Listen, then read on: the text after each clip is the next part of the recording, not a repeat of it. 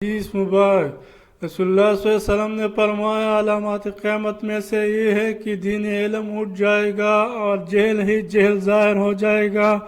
اور علانیہ شراب پی جائے گی اور زنا پھیل جائے گا۔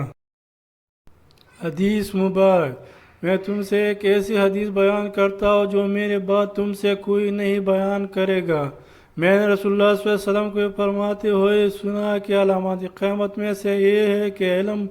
دین کم ہو جائے گا، جہل ظاہر ہو جائے گا، زنا و کثرت ہوگا، عورتیں بڑھ جائے گی اور مرد کم ہو جائیں گے، حتیٰ کہ 50 عورتوں کا نگران صرف ایک مرد رہ جائے گا۔